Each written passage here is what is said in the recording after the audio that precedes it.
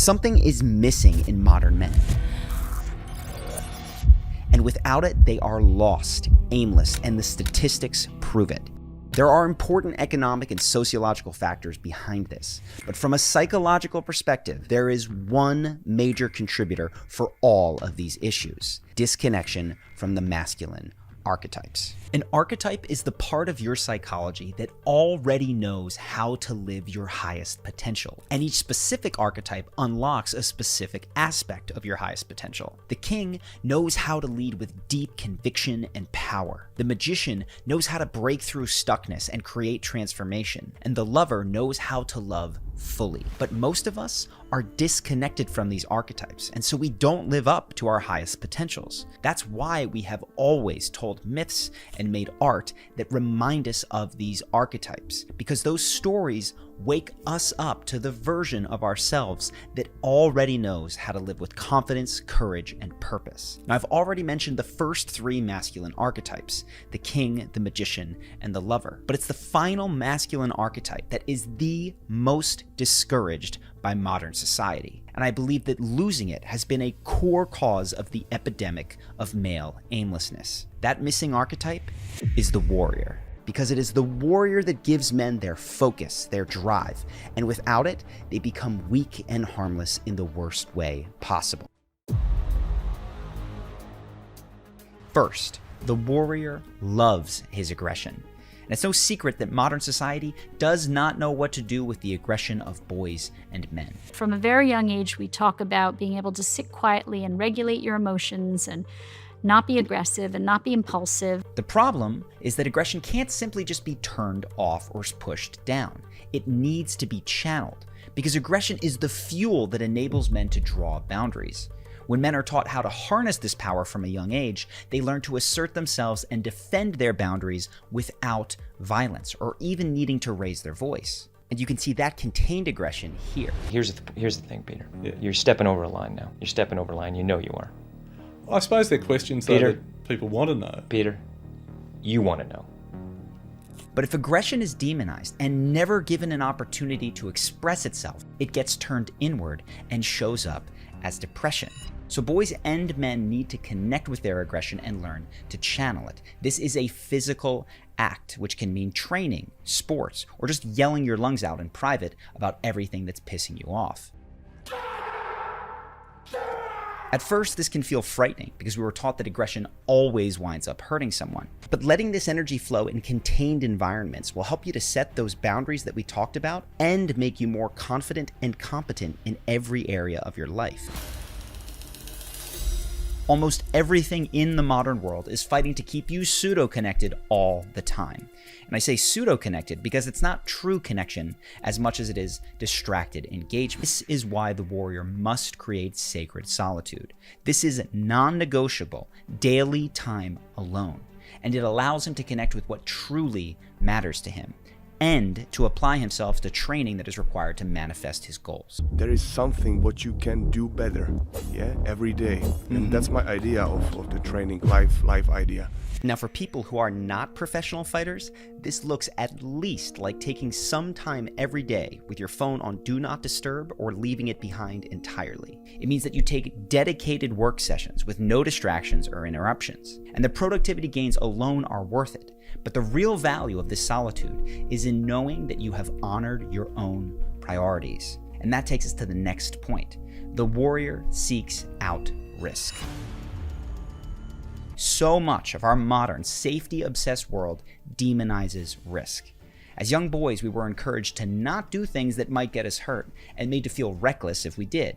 And as adults, well-meaning loved ones encourage us to take the path that carries the least possibility of pain. But what the warrior knows is that without risk, he cannot tap into his deepest capabilities, the ones that are buried beneath self-doubt and fear. He knows that the possibility of meaningful failure is actually a gift. So the warrior seeks out risk and makes friends with fear. This relationship means that he knows how to risk wisely in the perfect amount to keep him on his edge. And even if the warrior loses, he grows faster than others, eventually accomplishing what seemed impossible. This takes us to the final point. The warrior embraces the power of death. Death is often denied in the modern era. So much of our society is organized around hiding it from ourselves. Our sick and our dying are removed from communal spaces, so that by the time we're adults, most of us have actually only seen maybe a handful of dead bodies. Or it's something that happens over there in another part of the world to people unlike us. The warrior knows, though, that death walks with him at every moment, and this fills every moment with overwhelming gratitude. The gods envy us. They envy us because we're mortal. Because any moment might be our last. Everything's more beautiful because we're doomed. His time on earth is a blessing that will not last forever, and this spurs him to live fully without shame.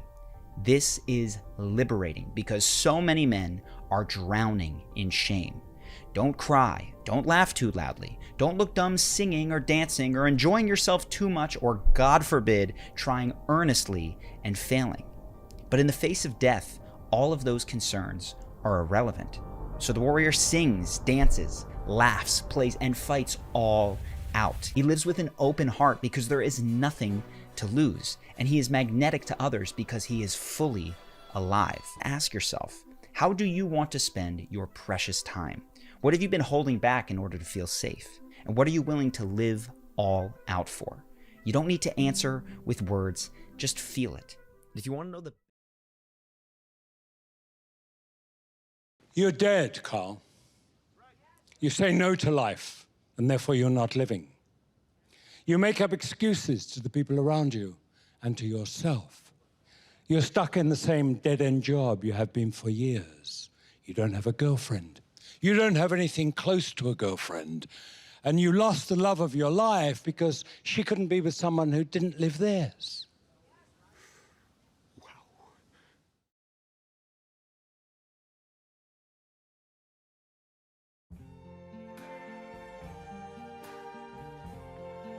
Yes always leads to something good.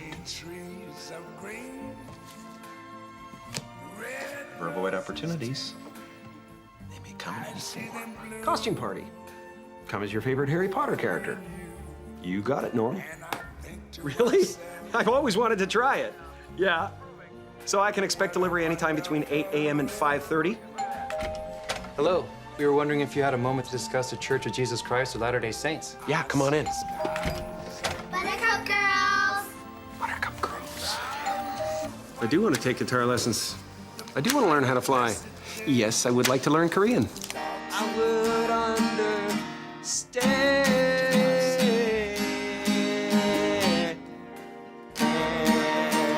All right, now I got it.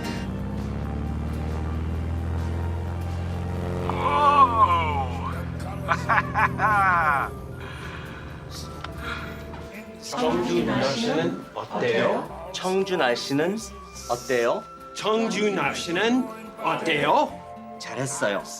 What did he call me?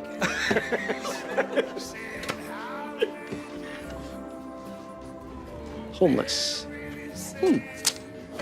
Come and get it. There you are. Yeah. You want some? Never listens. Yeah. I want to start an organic fertilizer distribution business. Next. Want to see it? Oh, sorry. You know what? I'd love to. Way to stick in there.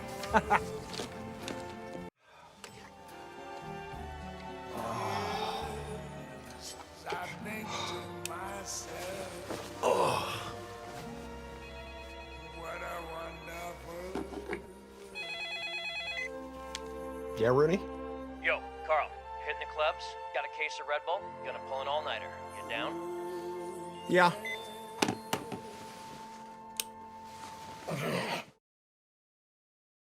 You know, listen, I like to keep it fresh. I like to live it up, I like to mix it up. If that doesn't jive with you, we should end this right now. I love that.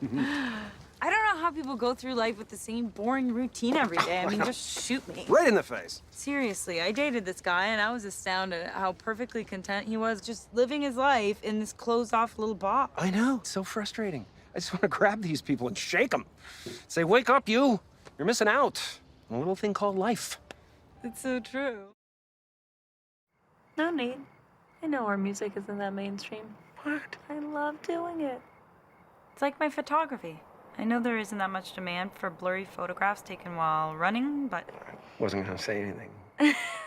You know, who cares? The world's a playground.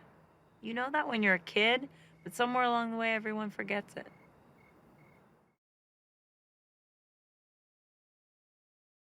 Anything that made me nervous took me out of my comfort zone. I forced myself to say yes to. Did I want to speak in public? No, but yes. Did I want to be on live TV? No, but yes.